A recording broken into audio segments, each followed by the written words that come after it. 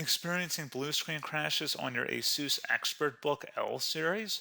This video walks you through proven troubleshooting steps to fix Windows blue screen of death errors and restore system stability. So whether you're performing updates, you're getting an IRQR not less or equal message, K-mode exception not handled, kernel data in-page error, a lot of errors pertain to this problem, and we're going to go ahead and jump into what should hopefully be a pretty straightforward process, guys, and we're going to go ahead and jump right into it. So first thing I'd recommend doing would be to actually go ahead and boot to the troubleshooting utility on Windows 11. So if you do a hard power off 3 times in a row, Windows should automatically attempt to launch the starter prepared utility. And if it doesn't find anything, it will give you the option to select advanced settings, in which case it will take you to a screen that looks like this. Now, if it does not take you to a screen that looks like this, or you're unable to get to that, you can also download the Windows 10 Media Creation Utility, or Windows 11. They probably will make a creation utility for Windows 11 at some point. And it doesn't really matter, you can actually run the Windows 10 utility on Windows 11 as far as I'm aware. And you should be able to run the troubleshooting utilities built in within it. So you just would go ahead and download it to an ISO file and then burn it to a DVD or USB. It'd have to be about 4 gigabytes or more. It couldn't be a small USB flash drive, and it couldn't be a CD. It'd have to be a DVD. And then you boot your computer from it. So depending on the computer manufacturer, you'd have to tap a different key on your keyboard in order to launch that menu, in order to select what boot drive you want to go off of. So it could be anything between the escape key, F2, F8, F12, for example, and those are the function keys on the top of your keyboard. So you may have to just do a little bit of trial and error. Shouldn't take you more than a couple minutes. Googling it would probably be best before you even begin. But anyway, we're ready to go ahead and jump right into it. So we're on the choose an option page. So these will look very similar whether you're booting from it directly within Windows itself, or if you're plugged in a USB flash drive with the media creation utility installed and you selected the recovery option. So when you are setting up your Windows 11 installation or Windows 10, depending on the drive you're using, there should be an option to repair your computer in the bottom left corner of the dialog window, one of the first screens that comes up. You go ahead and select that, and then it would take you to a troubleshooting screen like you see here. And you want to go ahead and select troubleshoot, reset your PC, or see advanced options. And then there are going to be a whole bunch of options in here that we're going to explore in today's video. The first one, we're going to actually go underneath advanced options and then select startup repair, fix problems that keep Windows from loading. So go ahead and select that first.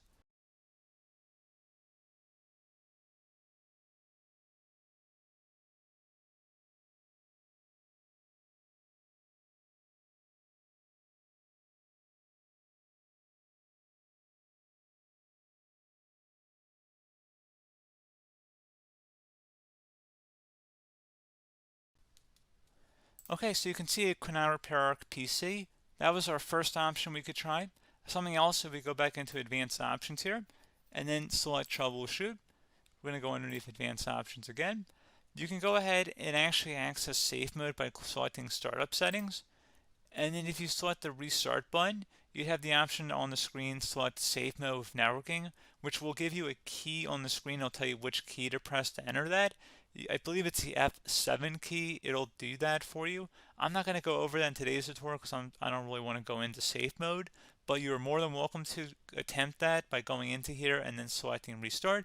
Again, it'll launch another screen. It'll say what key do you want to press, and it'll give you like 7 or 8 different options, and you want to select safe mode with networking. There's also an option for a command prompt too, but that's going to be something we're going to cover later in this video, and we don't even have to go through that in order to access it. So that's why I'm not going to really push for that, because unless you know exactly what's causing the problem, you probably don't need to go into safe mode.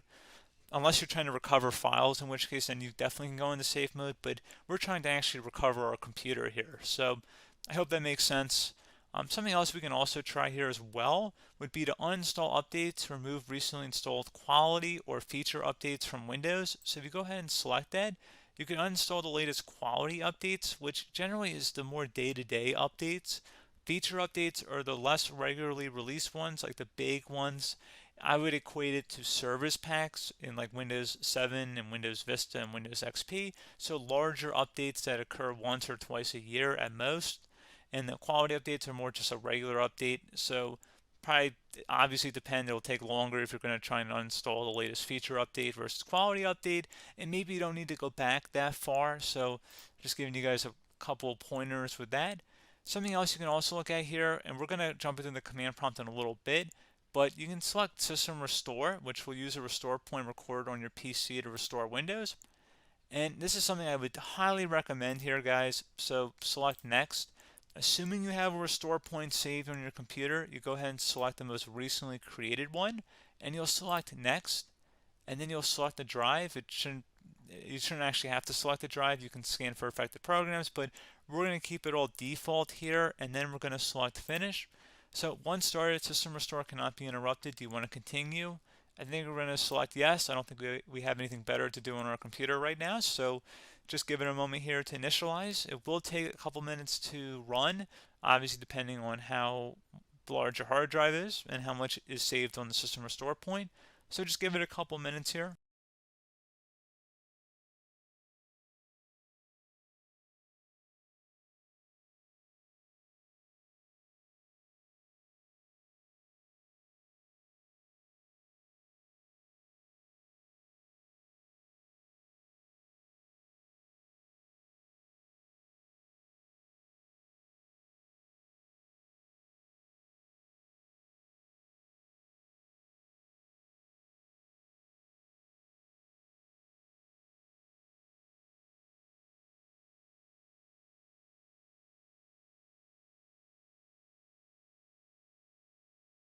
Okay, so you can see System Restore completed successfully.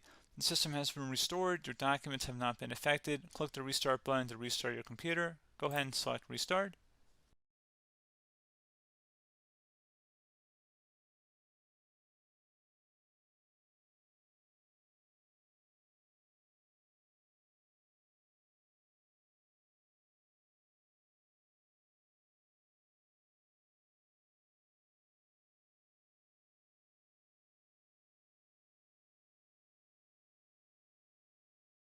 Okay, so you can see the system has been restored successfully. We're going to go over a couple different methods in addition to that if that did not work. So I'm just going to pause the video and we're going to start back on the recovery screen that we started with. Okay, so a couple other things we can try here too. If you go back into Troubleshoot, you can select Reset Your PC, while you choose to keep or remove your personal files and then reinstalls Windows. You can select to keep my files, which will remove apps and settings but keeps your personal files. You can also select Remove Everything, which will remove all of your personal files, apps, and settings. So this is more of a factory reset, the second option here.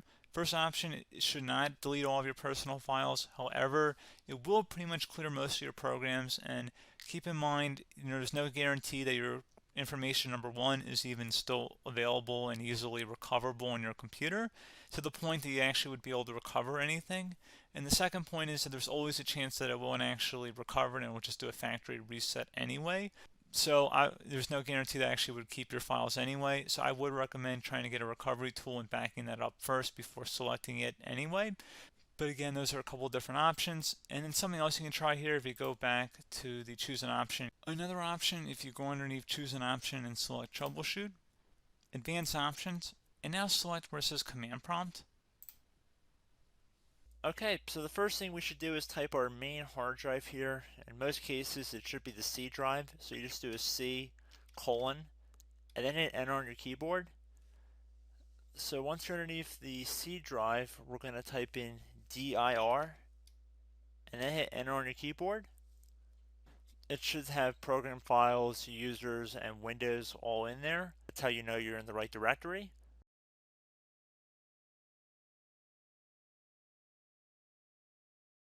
In some cases, it might be the D drive as well, so just keep that in mind.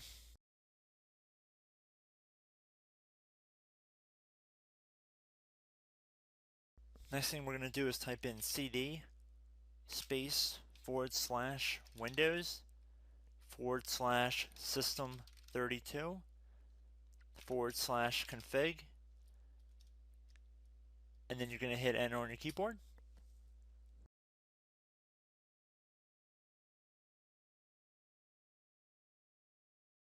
So now you're going to type md space backup.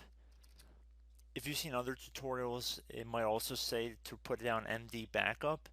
That's because the backup name is pretty common when you want to back something up.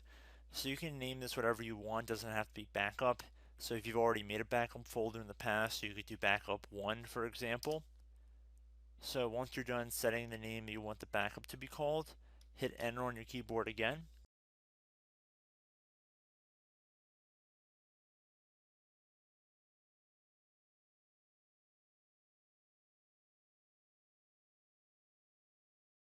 At this point you want to type copy, C-O-P-Y, space, then you want to do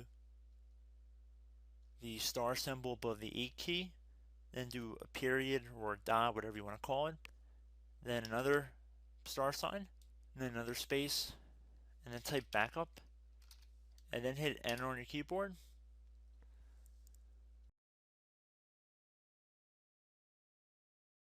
Now you want to type cd reg back, REG BACK, and then hit enter on your keyboard.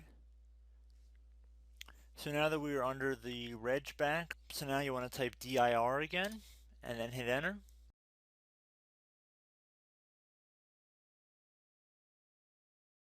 So now at this point we're going to type copy again. So copy, space, star sign, dot, another star sign, space, and then 2 dots. So we're going to type copy, space, star sign, dot, sign, star sign, dot, dot, and then hit enter on your keyboard again. So for overwrite, you want to overwrite all. So type A on your keyboard, so capital A, and then hit enter on your keyboard.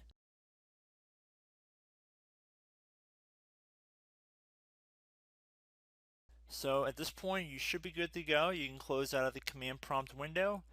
And if you accidentally continue to Windows 10, you should be all set. So I hope one of these 3 or 4 different methods we went through in this tutorial helped you guys out. Again, I'm not sure if you guys heard me earlier, but try to go back into your safe mode if possible and uninstall any programs you know might be conflicting with the Windows startup if you can get into safe mode. So just keep that in mind. Something very simple like that could be blocking up everything. So again, I hope this tutorial helped you guys out, and I will catch you in the next tutorial. Goodbye.